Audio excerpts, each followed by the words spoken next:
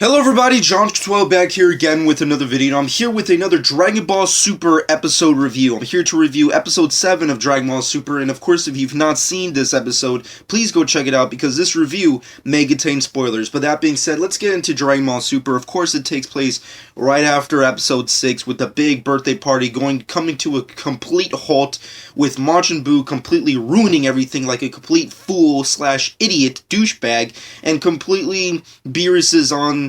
He's just destroying everybody. Everybody's like, oh, we need to stop this guy. It's a full-on assault. And this episode had a lot riding on it because of fan expectation. So, like, the expectation is this was going to be, once again, kind of similar to episode 5, like the event episode. You know, this was the episode where the Z-Warriors were going to band together and go on a full-on assault against Beerus, and then Vegeta was going to transform into a Super Saiyan 3 in honor of Bulma's, honor, whatever, because he gets slapped, kind of similar in the movie, and all that kind of awesomeness. And this was going to be the moment, Vegeta's moment, Furious Mutation. Does any of that happen? Not really. It's the complete opposite of that. And I know that a lot of fans had a lot riding on this. A lot of people were expecting that Vegeta would become a Super Saiyan 3. Once again, I made a topic video discussing it before this episode premiered, and I said that I don't really see it happening, and I was going to go into this episode with two expectations. Either A, it was really not going to happen, or B, it might slightly happen. But of course, once again, the manga Chapter 3 of Dragon Ball Super officially was released a couple days prior to this episode, and in that manga chapter, we get more in depth with the fight itself. We get to see Vegeta's actual fight, and then we actually get to see a little bit more of Champa and his overall intentions, which was pretty cool. And I think the sad part about it is that every time the manga releases a chapter to this series prior to seeing the episode, it's always like the manga's better, and I hate it when I say that because I always prefer the anime over manga, because it's just like, you know, it's one thing to read and look at something, but it's also really amazing to watch it evolve and become something. So I'm more of an anime dude. However, the manga has just been killing it, and it's like it's balancing so many things, and it's being very efficient and consistent with it. I mean, granted, maybe the dialogue is whatever, but then again, it's all about the English translations are not perfected or whatever, and maybe I prefer Toriyama to, artistically illustrate everything. But however, the manga's been killing it. It's been pretty badass. We get more in-depth fighting with Gotenks and Vegeta specifically, and a whole bunch of other characters and what have you, and Beerus is just destroying, and then we get, Goku coming in, trying to intercept everything like a badass, which was pretty cool. Very dissimilar to Goku on the show. I find it funny that Goku on the show is more of an idiot, but in the manga he's more smart. Like he just like in comparison, in the manga, in the anime he's like what should I do? But in the manga he's like, I need to go back to Earth, and King Kai is more or less trying to stop him because he's like, look, you're not gonna do anything. Like I told you, you can't beat him, but I need to find a way. And the anime, it's different. It's more like, what am I going to do? I'm going to sit here and wait and think. What should I do? It's just really weird. There's a gigantic difference. I don't know why they're trying so hard to make the two mediums so different, but what are you going to do? It is what it is. Overall, the episode itself, there is a word that comes to mind. It's called over-exaggeration. There's a lot of over-exaggerations, and things kind of go too long. Like, there's scenes that you feel like should have more expansion, and then there's other scenes that are like, you could have shortened this and it would have been just as sweet. I don't know, it's just very weird. I guess because a lot of it has to do with reading the manga first and then it being completely superior, and then you watch the actual TV show and like knowing that there's so many things different, and on top of that you have the whole Battle of Gods comparison to go back on. For me personally, there's a few tiny instances that are a little bit better than the movie. However, overall, the movie, when it comes to this one sequence, it's just far better. Like the whole time, Vegeta's just standing there like, I don't know what to do. He's freaking out. He's going crazy. He's trying to convince Beerus not to do anything. Beerus is just taking out all the Z-Warriors. Majin Buu, complete idiot. Fuck him. He's getting destroyed. Gohan I can literally hear the Gohan fans as we speak getting pissed off in the comments section. I can hear them. I can hear them from here. It's fucking insane. I'm not gonna spoil it, but I can feel your pain. However, then you got Piccolo, Android 18, Tien fighting. Nothing's going on. Dende's freaking out because he's like, oh, this is Beerus, the god of destruction, all that kind of nonsense. And you have a whole bunch of other craziness.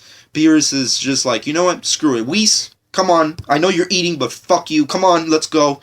And then he's like, time to destroy your planet. You're dead, Vegeta. Fuck you. Fuck all you. It's over. It's a done deal. And then Bulma comes in full Bulma fashion, slaps him, and then this is where the episode completely ends, but sucks even more in comparison to the movie. In the movie, it's awesome. In Battle of Gods, Bulma comes in, slaps Beerus. Beerus is just like, doesn't even think twice. He's just like, slaps her, and then she's down for the count. Vegeta, boom, Angerous Rage, full-on attack.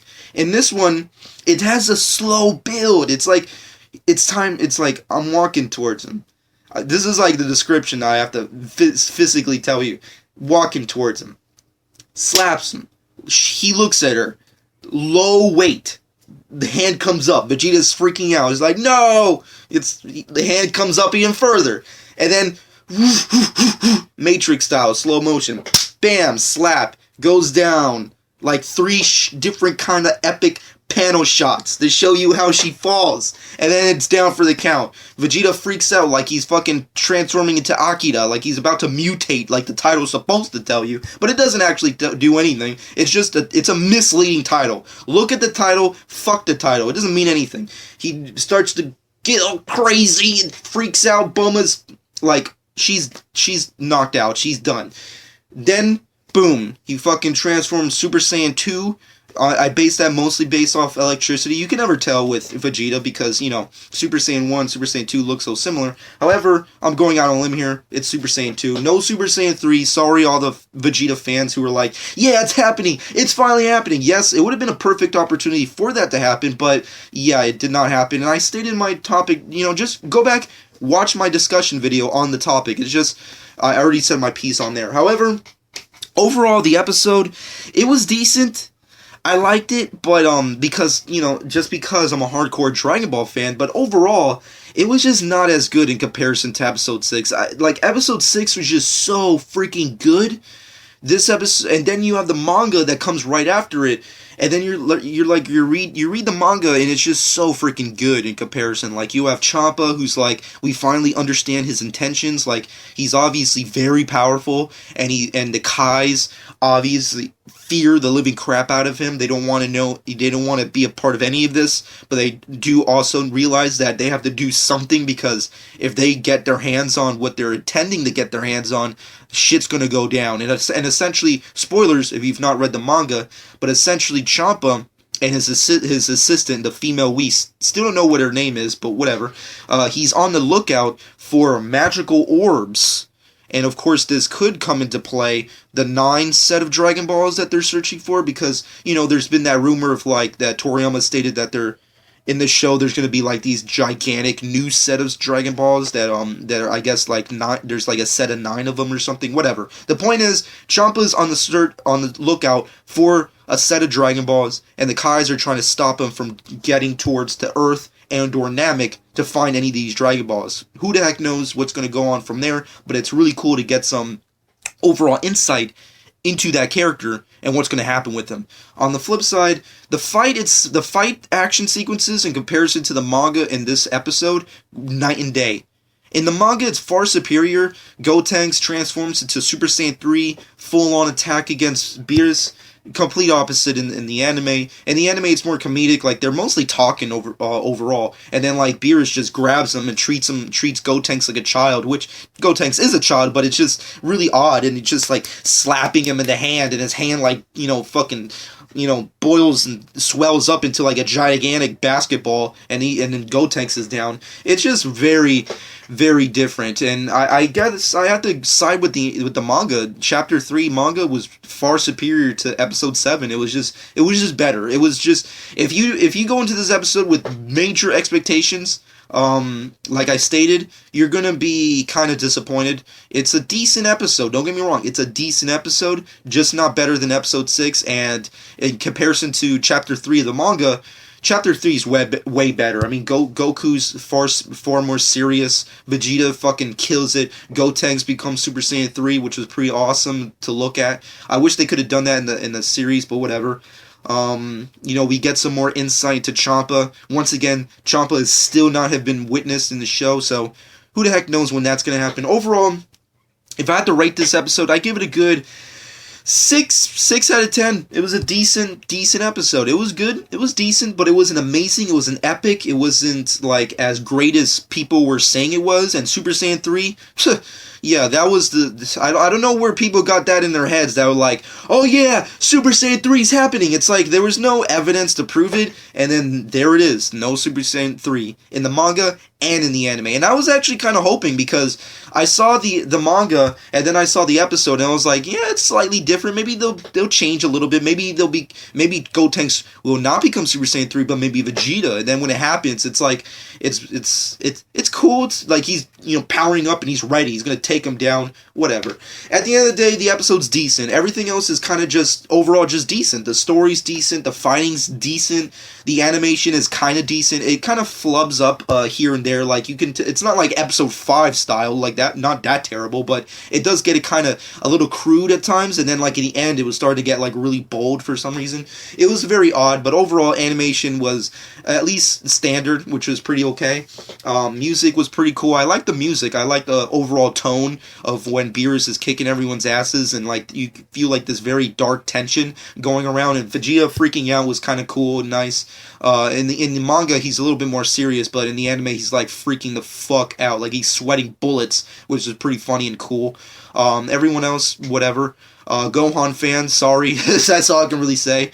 Yeah, that was really depressing. If you're a Gohan fan, you don't want to see episode 7. I'm just saying. And overall, and also if you were like Super Saiyan 3 high, like if you were high on the fact that Super Saiyan 3 was going to be, yeah, that does not happen. I suggest watching like a fan-made episode or something, because, yeah, I'm just saying, like, I knew a lot of people who were expecting that shit, and it didn't really happen. Overall, decent episode. Not a great episode, not better than episode 6, not even better than the manga, but it was decent. Decent episode. Overall, let me know what you personally think in the comment section below. Did you like this episode? Did you hate it? Were you expecting Super Saiyan 3? Now that it didn't happen, do you are you sad? Are you depressed now? I don't know. Let me know your expectations for episode 8. Of course, what are your personal thoughts on the chapter 3 of the manga? And of course, how did the Gohan fans feel right now? Are you okay? I'm just saying, I just feel like Gohan fans are just, every time something new happens with Gohan, they get more angry and angry and angry. It's like they're the ones who are having a furious mutation. I'm just saying, terrible title. They should have just kept it, Bulma gets slapped, Vegeta furious. Not furious mutation. That just was so misleading, and everyone's just so fucking pissed off. But whatever. It is what it is. At the end of the day, comment below. Let me know what you personally think. And of course, right before I go, quick update. I will not be reviewing episode 8 of Dragon Ball Super. Not because I'm suddenly going to drop the series. I'm going to continue watching it, but I would not have time in my schedule to review it, so I won't be, and also because I'll be out of town, I will not be able to review it. However, there is a slight possibility if the scheduling is perfected, and I might be able to do it later in the week of next week to review episode 9. So when episode 9 comes out, I'll probably get my review done possibly a couple days afterwards. So be on the lookout for that. But overall, there will be no episode review next week. The week after, possibly. But overall, comment below. Let me know what you thought about episode 7 of Dragon Ball Super. Hope you guys enjoyed. Follow me on Twitter and Instagram at JohnShk12. Subscribe to my channel if you have not done so already. And this has been JohnShk12.